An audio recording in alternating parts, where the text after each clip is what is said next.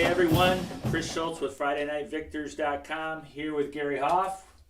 Good to see you, Gary. Thank you. Good to see you. We're going to be doing our Week 2 wrap-up show where we talk a little bit about this past weekend's games.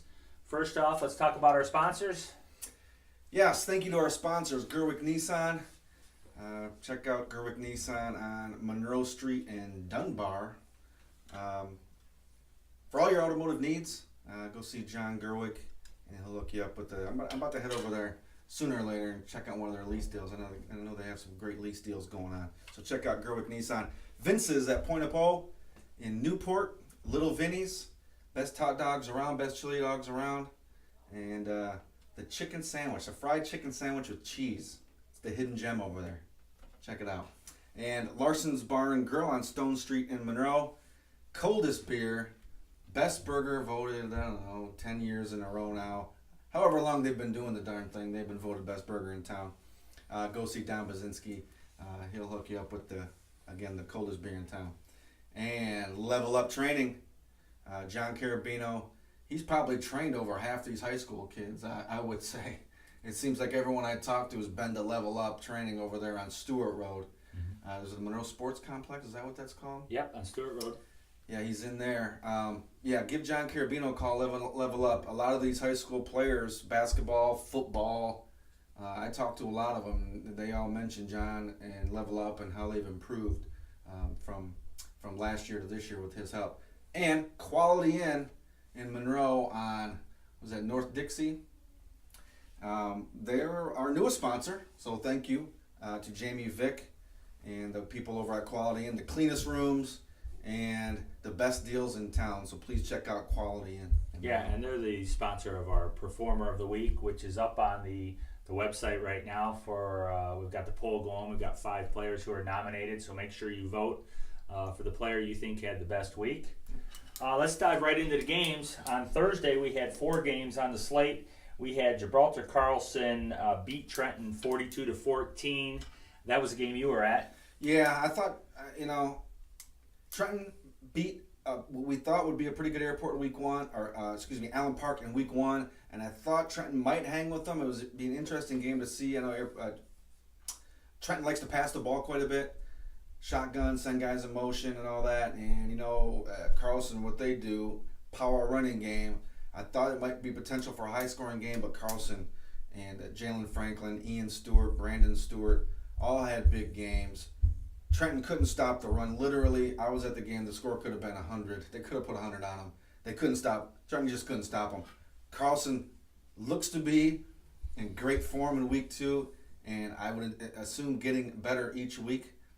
And they are going to be a force in the Down River League. Yeah, it's early, but I'm already looking at that week 8 when they play Wyandotte. So next up, we had Whitmore Lake played at Dundee. That was a 41-0 win for the Vikings. That went about how we thought it would go. Whitmore Lake, not a real strong program right now. Dundee has a nice nucleus of players. We anticipate them having a nice year. We've said that many times on here. And Coach McElvaney's got those kids playing well. Great bounce back from the week 1 loss versus Airport, and they just put it on. They had 3 guys over 100 yards rushing: Salenbeam, Miller, and Gabriel. Okay, next game we had was New Haven traveled to Ida, and that was a 34-0 victory for the Blue Streaks. Yeah, the old full house team getting it done. Ida 2-0. Again, another team with 3 guys over 100 yards rushing. As they do in the T, they just spread it out. Each guy may get 10 carries or less. You never know who's going to get the ball. With over 100 yards. Again, they had 3 kids over 100 yards. And now they start LCAA play. Things going to be a little bit tougher for Ida. We'll see what they have here coming up here down the road. Right, and then our last Thursday game was kind of a nail-biter, which was Erie Mason was at Britton Deerfield, and they won that game 36-30 for the first victory for Coach Rob Boudry down at Erie Mason. Yeah, excited for the kids in Mason, excited for Coach Boudry's first win there. And I say kids at Mason because they do play a lot of kids, a lot of freshmen, a lot of juniors. They're setting things up for the future over there. They start LCAA play again here this week in week 3. Things are going to get tougher, but a great win going into league play. Skylar Levine, Troy Reisig had big games for those guys, as well as Noah Boudry. So I'm glad they can get into LCA at 1-1. Okay, so that was our Thursday slate. Our Friday slate was started with Grosille at Airport. It was a close game to where Airport won that by a score of 14-8. Thoughts on that, Gary? Yeah, I went to the Carlson game and I saw Luke Harwood. He was knee brace and crutches. Grosille running back. Grosille running back. He's one of their better players. He's one of the make you miss type of players. Good athlete. And him being out, it definitely was a factor in that game, I believe, since there was not a whole lot of scoring. He might have made a difference on the offensive side for Grosille. But Airport got a good win, and Four had a heck of a game. And Airport 2-0, big test this week. Mm-hmm. So we'll see what Airport has. 2-0. I'm sure they're very, very happy in Carlton. Yeah, and Tanner Jessica's a good player for them, a quarterback who's returning. You got Bryce Bondy, who's an exciting player. So they've got playmakers over there at Airport. So that's a good win for them. Oh, absolutely. Next was Bedford played Toledo St. Francis at the Glass Bowl, and that was a game that ended up Bedford 19 and the Knights 18. It looked like it was a defensive struggle. Yeah. I know that there was 2 defensive touchdowns in that game, one for Bedford and one for St. Francis. Thoughts on that? Bedford looks to be very, very solid on defense. Offense, it looks like they may struggle against probably a work in progress. Teams. Work in progress. They may struggle against the good teams, and they do have a good team coming up. But the defense looks very strong. They should be able to keep them in every game they play. All right, next was a game that I went to. That was the Flat Rock at Riverview game. Flat Rock comes out on top by a score of 22-14. Little surprise there, Gary? A little surprise for me that Riverview didn't get to 28, 30, 35 point range. I thought they could kind of just overpower Flat Rock a little bit, stay ahead and down in distance. I know I talked to you about that. Full house T teams, first down is very important. You got to be 2nd and 6. You can't go 2nd and 9, 2nd and 10. That's tough.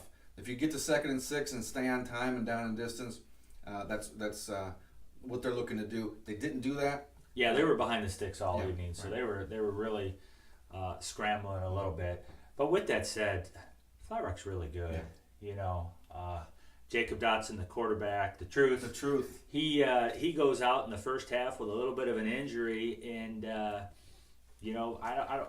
They really didn't miss him because they scored without him. But when he's in the game, things are different. Sage Daniels, the running back for Flat Rock, he's also a safety. He was good on both sides of the ball. He went out a little bit early on with maybe a shoulder injury, but he came back. They've got some players over there at Flat Rock. I mean, we mention Tayeb all the time. Mason Hamilton's a good player. Rice, can't think of his first name off the top of my head. The center, good player. They have a lot of players over there, and I know I keep pounding on it. Right. So well coached. I'm not picking against Flat Rock the rest of the year. Maybe I don't. We'll see. Maybe they got a big one coming up this week. Yes, they do. So, all right, let's move on to the next game, which is a game that you called down at Milan, where the Big Reds beat SMCC by a score of 41-18. Score's a little deceiving, I think. A little deceiving. SMCC scored on their first 3 drives. Their only 3. The first 2.5 scored long touchdown drives. Chewed up 8-9 minutes is kind of what they do. And Milan answered the bell a couple times. Once we got into late 3rd, early 4th quarter, the big Milan kids, I think, started to wear down SMCC a little bit. And, we talked about Milan's strength. It's their offensive line. Some of those kids play on the defensive line as well. And, when you're talking about Furton, he's 6'5", 290. It's just hard to block that kid with one. You need to put 3 guys on him alone just to stalemate him. And, their size wore him down. Tristan Hines he was a difference in that game. Excellent player. He's amazing. They just had him in shotgun like a wildcat. And he's just quick and elusive, and you got to give it to Milan. They wore him down and pulled out a big early season victory. Yeah, that's a big win for the Big Reds, defending co-champs. So they're not going anywhere. Yeah, they're not going to go away. They're not going anywhere. No. And I picked against them, and I've been on record for years on the blog. I won't pick against Milan, and you won't see me pick against Milan. Mitchell Duval got hurt early in the game for CC. He's one of their better players. Mm-hmm. And I don't know if he came back. If he did, it was at the very end. I know he was kind of running on the sideline. that was a loss. I don't think he would have made the difference, but it was a factor. But again, we mentioned Wolford.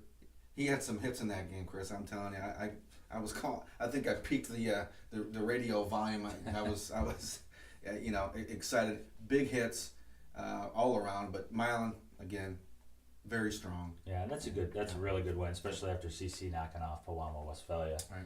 All right, so next game was Monroe traveled 2.5 hours to the west, all the way to Elkhart, Indiana, and they pick up a big win over Elkhart Central, 28-7. A little bit of a surprise there, but the Trojans getting the win. Huge win. Defense showed up. I think that's how they got to win games. They got to run the ball, which they did, behind their big offensive line, and play defense. And that's exactly what they did. I went against Monroe because I just thought the 2.5 hour drive would deflate them a little bit. Central was 2-0 coming in, so they've got to be a fairly decent team if you got a couple wins. Kind of a coming out party for the sophomore Jared Banks with Monroe High. So he had about 3 touchdowns, almost 3 touchdowns, 180 some yards. So great game. Yeah, they may have found something in this Banks. And hopefully they carry it through. Big win for Monroe. Very happy for them. Yeah, and we're very, very happy for the Trojans. Right. And then our last game of the evening that we cover was New Boston Huron. Traveled to Jefferson, won that game 44-13. That was a game that really wasn't close. The Chiefs were up 30-7 with 9 minutes to go in the second quarter. That was the halftime score as well. Thoughts there? Huron just has athletes everywhere. We say it every week.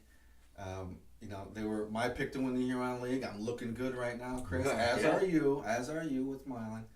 But just speed, athletes, everywhere you look, they have kids with just great ability. 8 or 9 kids carried the ball. Great. I think in the first half. They have a lot of kids with a ton of ability over there, and you just don't know who's coming at you.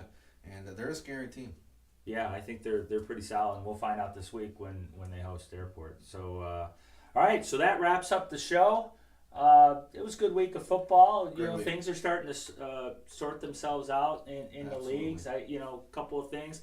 I mean, we thought Carlson was going to be good, and we're starting to see that. We thought Bedford would be good, and even though they're maybe not where they've been offensively, defensively, they're pretty doggone good. They're obviously well coached.